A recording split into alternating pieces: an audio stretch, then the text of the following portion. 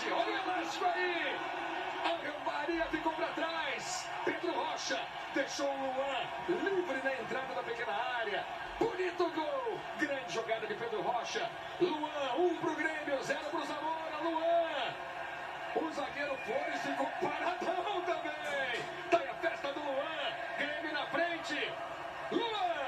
Mais uma vez, se o Grêmio fizer 7-0, será o melhor time da fase de grupos da Libertadores. Gata Fernandes, Lucas Barrios, segundo.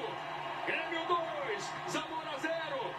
Barrios aponta pro Gata, comemora com Fernandes. Lucas Barrios praticamente sem goleiro. O Grêmio chega a 2-0.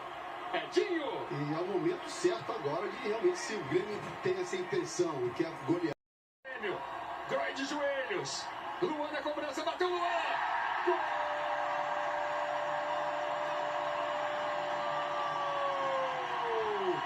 É do Grêmio. Luan. Grêmio 3, Zamora 0. Vai pintando goleada. Se apertar, chega a 7. Se apertar, chega uma goleada histórica. Luan deslocando Salazar.